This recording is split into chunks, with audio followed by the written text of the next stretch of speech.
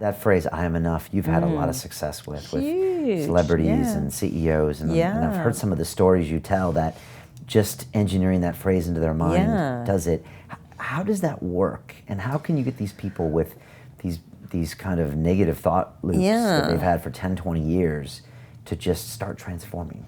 Well, you see, when you question a belief, you no longer believe it. The minute you question a belief, you'll find with your children when they start to go, but Daddy, how come Father Christmas had a suit on under his outfit, or he had black beard under the white beard, or how can he get around the world? How can someone that big get down a chimney that big? And how do the reindeer get down? When you question a belief, you don't believe it, which is why all religions go, never question the imam or the priest or the rabbi. I remember years ago my lawyer saying he asked his imam if he could watch, is it Fatal Attraction? He went, absolutely not. No, you can't watch that. And he didn't go because he told him he couldn't go. So when you question a belief, you don't believe it anymore. And the thing with I'm enough is it makes you stop questioning yourself. You go, yeah, I've got cellulite, I'm still enough. I'm driving around in an old car, I'm still enough. I've got some wrinkles, I'm still enough. And I'm enough. It's a bit like if you put moisture on very dry skin. Your skin doesn't go, is that fair trade? Is it organic? It lets it in and it nourishes you. And I'm enough will also go in and nourish you from the inside out, because your mind will believe whatever you tell it. Anything you tell it, it believes. So you might as well tell it amazing stuff, because it doesn't stop to go, is that true? If you walk down the road and late at night go, that person's going to attack me and kill me, you'll start to feel as if they really are. If you sit on a plane and go, that person looks like a member of ISIS, I think they're going to blow up the plane. Even if you play a game with yourself, you start to feel as if they really are going to do that, even though it's not true. And, I have many clients who come in. I've had several who've had cancer, who said, I cannot go in that MRI scanner. When it goes in, I feel like I'm in my coffin going in to be cremated. And because they put those words in their head, I've got cancer, I'm having a scan, and now I feel like I'm in the coffin being cremated, of course they have a bad time. And so I always say to them, look, when you go in the scanner, you have to say, this is so great, I'm so chilled. How much do I want an hour to myself? I'm going to lie here and have an hour to myself. And then I had an experience of that, having to go into the same MRI. And I was just playing a game going, I'm so chilled, this is amazing. And I thought, oh, I'm in my coffin. And when I said I'm in my coffin, my whole body had a totally different reaction. And I knew I was lying to myself, but you can play games, drive on the freeway going, I'm going to get hit in a minute, I'm going to die, I'm going to skid off the road. And your mind doesn't say, now stop this, that's all nonsense. It starts to make you feel as if that's really going to happen. And you always have a choice when you're going into negative expressions. Talk yourself out of it, rather than rationalize why you feel so. Like you can lie in bed at night and go, oh my God, someone's rattling the door, they're going to break in, they're going to kill me, I'm on my own in the house here. And then you can go, it's the wind.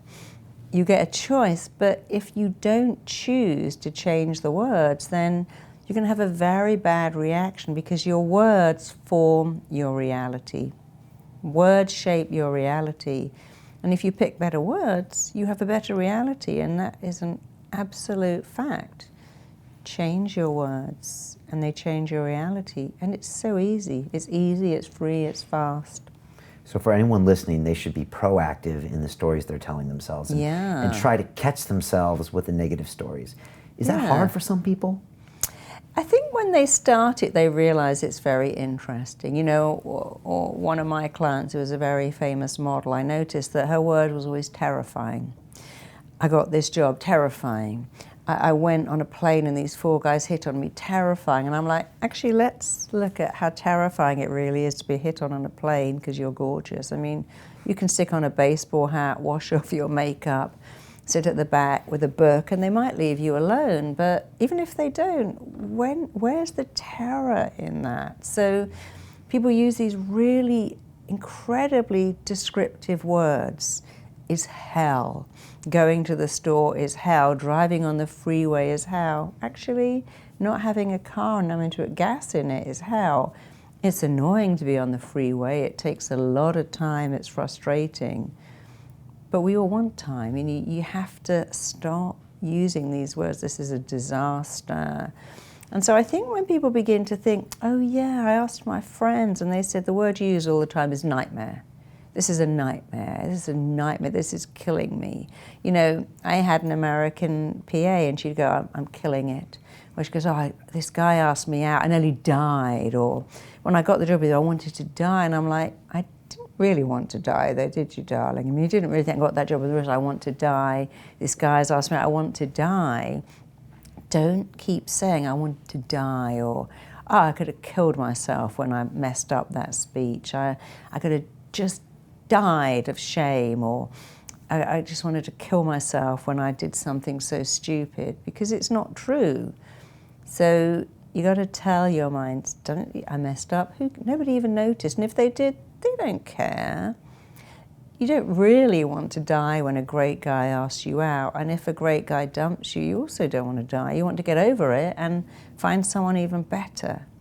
So I think people don't find it hard. They find it immensely easy because they go, really? If changing my words will change my life? Oh, yes.